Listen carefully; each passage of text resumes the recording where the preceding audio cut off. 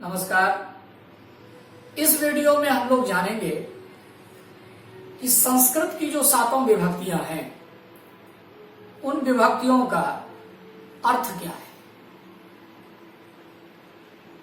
इन अर्थों को जान करके क्या लाभ होता है।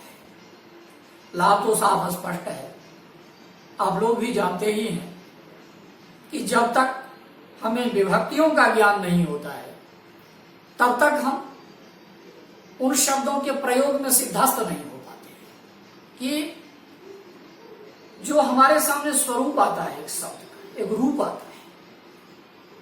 जैसे उदाहरण के लिए रामः गच्छति, तो रामः गच्छति इस वाक्य में रामः में प्रथमा विभक्ति है, द्वितीया है कि तृतीया है, चतुर्थी है कि पंचमी है, जिज्ञासा होती है। इसलिए हमें यह जानना पड़ेगा कि यहां कौन सी विभक्ति है। अतः हम विभक्तियों के बारे में यहां चर्चा करेंगे और विभक्तियों के अर्थ को हम जानने की चेष्टा करेंगे। प्रथमा विभक्ति सामान्यतया हिंदी की यदि और हम दृष्टिपात करें तो हमारे बहुत सारे ऐसे छात्र हैं, पाठ्यक्रम ही चूंकि इस तरह का है कि जब हम उच्च माध्यमिक में आ जाते हैं तो उच्च माध्यमिक में प्राय अनुवाद की पद्धति ही हमें दिखाई पड़ती है कि कर्ता ने कर्म को कर्म से, संप्रदान के लिए, पुनः अपादान से, अपादान के बाद संबंध, काके की रारे री नाने री इत्यादि,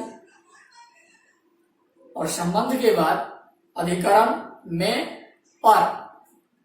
हिंदी में एक विशेष आ जाता है पे, जैसे उस पे। खैर क्षमा करें इसलिए कि हिंदी में मैं प्रवेश करने की चेष्टा नहीं करता हूं, उसकी भिन्न मर्यादा है और उसकी यहां आवश्यकता भी नहीं है। परंतु जब हम अनुवाद करते हैं उस समय हमें समस्या आ जाती है, क्योंकि संस्कृत की एक अलग मर्यादा है, संस्कृत भाषा की एक अलग सीमा है, उसके लिखने की एक भिन्न शैली है। अस्तु जो भी है, तो षष्ठी में काके की रारे, अधिकरण में पे पर या में पर, संबोधन हे अरे इत्यादि आता है। यह हम लोग पूर्व में पढ़ चुके हैं। अब कारक का थोड़ा सा यहां विवेचन कर दूं कि प्रथमा विभक्ति अर्थात कर्ता, कर्ता का, कर्तरी प्रथमा, ये सब सूत्र है। मैं सूत्र आप लोगों को नहीं सुनाऊंगा क्योंकि सूत्रों को सुनकर के बहुत सारे भयभीत हो जाते हैं। अतः प्रथमा विभक्ति, परंतु अर्थ तो जानना पड़ेगा।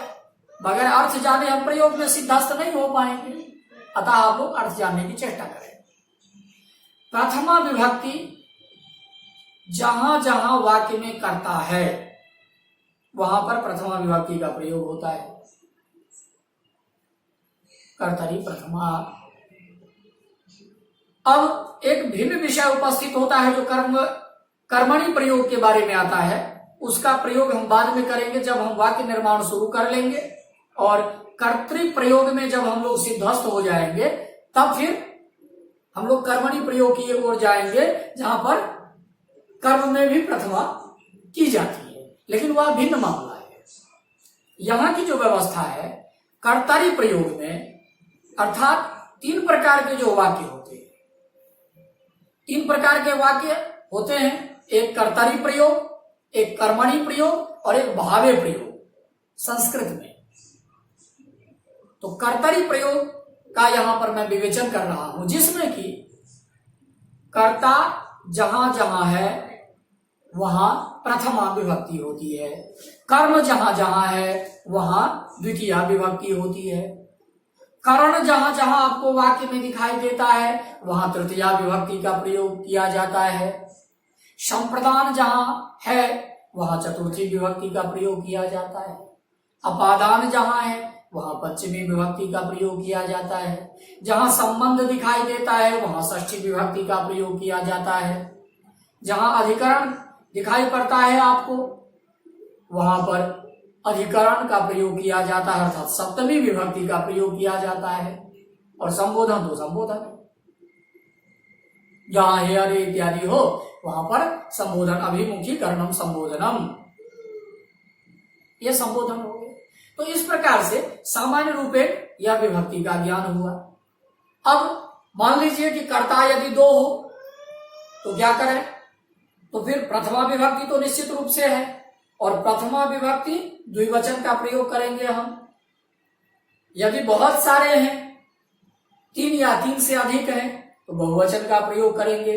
इसी प्रकार अन्य विभक्ति का भी क्रम जानना चाहिए। यदि एक कर्म हो तो द्वितीया का एक वचन का प्रयोग होगा, यदि 2 कर्म हो तो द्वितीया विभक्ति के द्विवचन का प्रयोग होगा, और यदि बहुत सारे कर्म उपस्थित हैं तो बहुवचन का प्रयोग होगा।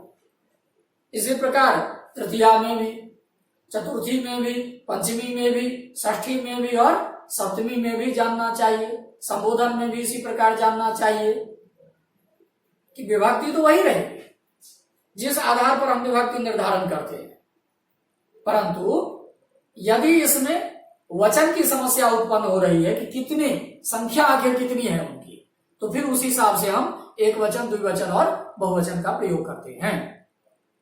उदाहरण के लिए यदि 2 बालक जाते हैं तो बालकौ वहां पर प्रयोग होगा।